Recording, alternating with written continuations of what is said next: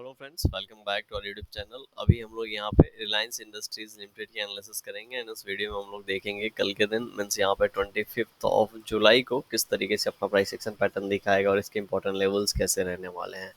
तो रिलायंस इंडस्ट्री जिस तरीके से हम लोगों ने कल एनालाइज किया था, अगर आपको याद होगा कल हमने क्या एनालिसिस किया था, ठीक है, ये इंपॉर्टेंट लेवल्स थे और जो कि हमने बात किया था कि 2-3 दिन में अगर हम लोग इसको देखेंगे प्राइस एक्शन पैटर्न को, तो 2-3 दिनों में बहुत ही अच्छा खासा ये सेल हुआ है। ठीक है, 2-3 दिनों में बहुत ही अच्छा खासा सेल हो गया है, इसीलिए इसके और नीचे जाने की यहाँ से प्रोबेबिलिटी जो है वो कम हो गई है। हाँ, जा सकता है लेकिन यहाँ पे और थोड़ा टाइम लगा के जाएगा, तुरंत अभी जाने की प्रोबेबिलिटी कम हो गई है।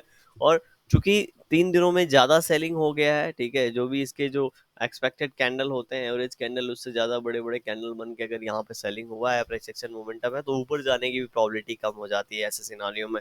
क्यों? क्योंकि ऊपर वाले कंफ्यूज हो जाते हैं यहाँ पे और ये बाई नहीं कर पाते, और सेलिंग वाले ऑलरेडी अच्छे खासे प्रॉफिट में होते हैं, इसलिए यहाँ पे सेलिंग नहीं हो पाता है। तो अगर आज का प्राइस एक्शन पैटर्न हम लोग यहाँ पे देखेंगे तो हम लोग को यहाँ पे समझ में आएगा। ठीक है, चलिए हम लोग आज के प्राइस एक्शन पैटर्न को देखते हैं। आज का प्राइस एक्शन पैटर्न देखेंगे तो ओपनिंग के बाद जो हम लोगों ने कल लेवल्स बात किए थे, मैंने आपको बताया था कि बहुत बड़े लेवल की हम लोग प्लानिंग नहीं करेंगे, इसीलिए हम लोगों ने यहाँ पे 2995 का ब्रेकआउट होगा तो 23,010 तक के लेवल की हम लोगों ने यहाँ पे प्लानिंग की थी, और वो लेवल यहाँ पे गया और ये हिट करके फिर से इसी जोन में यहाँ पे कहीं ना कहीं हम लोग को क्लोजिंग दे दिया है।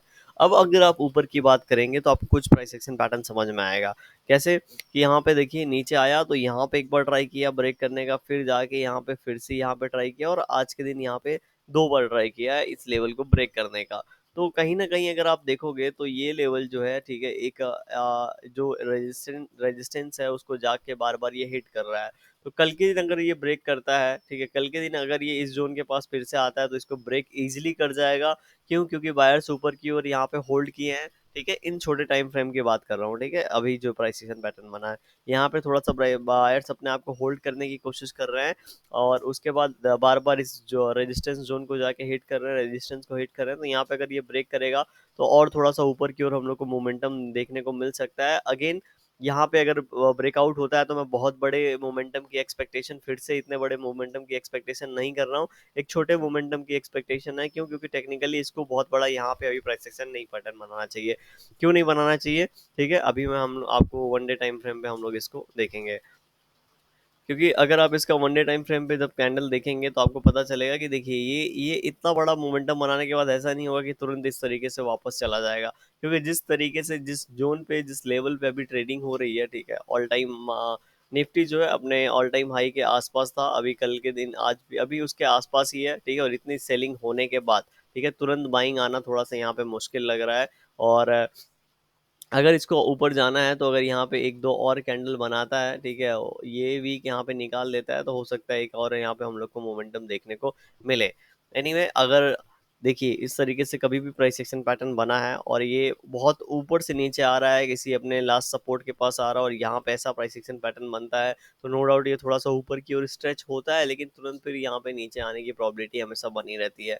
इसीलिए हम लोग बोलते हैं कि जब यहाँ पे एटलीस्ट 1 आवर टाइम फ्रेम पे, ठीक है, क्योंकि मैं 1 आवर टाइम फ्रेम यहाँ पे फॉलो करता हूँ रिवर्सल पैटर्न देखने के लिए, ये डब्ल्यू टाइप पैटर्न बन जाए, ठीक है, प्राइस एक्शन पैटर्न चेंज होने लगे, उसके बाद हम लोग थोड़ा सा कुछ सोच सकते हैं। अदरवाइज हम लोग यहाँ पे इसको नहीं, इग्नोर करेंगे थोड़े दिनों के लिए, बाद में हम लोग यहाँ पे देखेंगे। राइट, तो वन डे टाइम फ्रेम पे अगर आप हम लोग इसको देखेंगे तो यहाँ पे ऊपर से थोड़ी सेलिंग आ गई है और नीचे पे यहाँ पे इनसाइड कैंडल जैसा सिचुएशन है। तो हो सकता है कल के दिन भी ओपनिंग के बाद ये इसके अंदर ही कहीं ना कहीं हम लोग को क्लोजिंग दे दे, या फिर थोड़ा ऊपर जाके फिर से हम लोग को थोड़ा सा यहाँ ऊपर जाके टच करे, उसके बाद नीचे कहीं ना कहीं क्लोजिंग दे दे। तो बहुत बड़े प्राइस सेक्शन की एक्सपेक्टेशन यहाँ पे टेक्निकली नहीं दिख रही है, वो नीचे ब्रेकडाउन भी करता है तो जो हमारे कल वाले लेवल थे 2950 2930, ये बहुत ही इंपॉर्टेंट लेवल्स का रोल प्ले करेंगे, क्योंकि आज के दिन ऊपर गया है तो ये सारे फिर से सपोर्ट का लेवल का काम करेंगे और इसको नीचे जाने नहीं देंगे।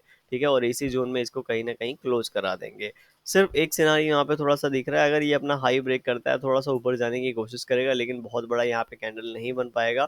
ठीक है, इसीलिए हो सकता है थोड़ा ऊपर जाए, क्लोजिंग हम लोग को नीचे दे दे, या फिर छोटा सा ही कैंडल कल के दिन भी हम लोग को देखने को मिले।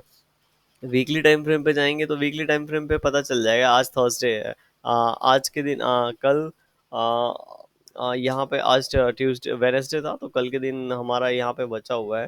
ठीक है, तो यहाँ पे अगर आज चेक करेंगे तो देखिए ये क्लोजिंग ऊपर की ओर देने की कोशिश कर रहा है 2 वीक में यहाँ पे। अच्छा खासा ये बेयरिश कैंडल भी बनाया था, जो लास्ट वीक के 2 कैंडल को मोमेंटम कर लिया था। तो हमने बात किया था इसका 1:1 यहाँ पे नीचे की ओर इतना होता है, तो इसका 1:1 तो हम लोग को ऑलरेडी मिल गया है। तो अगर इस कैंडल की क्लोजिंग थोड़ी सी यहाँ पे डीप हो जाती है, 2950 के आसपास होती है। आज डे कौन सा देख लेते हैं, मैं अभी थोड़ा सा यहाँ पे कंफ्यूज हूँ। तो यहाँ पे आज डे है, यस वेनसडे है, तो अभी 2 दिन यहाँ पे ट्रेडिंग बचा है। ठीक है, तो हो सकता है अगर ये अपना 2950 के आसपास यहाँ पे क्लोजिंग अगर कर देता है, तो यहाँ पे थोड़ा सा ज़्यादा सेलिंग हो गया होगा 2 वीक में। तो थर्ड वीक में ये कंटिन्यू सेलिंग का यहाँ पे मैं एक्सपेक्टेशन तो नहीं रख, एक्सपेक्टेशन इन द सेंस यहाँ पे टेक्निकली ये सपोर्ट के आसपास है।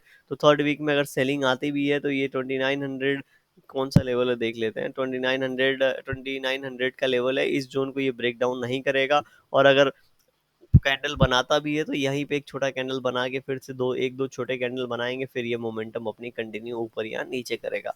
राइट, लेकिन जिस तरीके से इस वीक में ट्रेडिंग हो रहा है, अगर ये अपनी क्लोजिंग ऊपर की ओर दे देता है, तो हम तब भी हम लोग थोड़ा इसको बुलिश मान के चलेंगे। और ऐसा मान के चलेंगे कि हो सकता है ये इस जोन में अभी ये ट्रेड करेगा, और यहाँ पे जो ये सिचुएशन बनी है, वो ये सिचुएशन इस जोन में अब रिपीट होने वाली है। तो इस तरीके से यहाँ पे प्राइस एक्शन पैटर्न बना रहा है। चलिए हम लोग इसके इंपॉर्टेंट लेवल्स देख लेते हैं कल के लिए।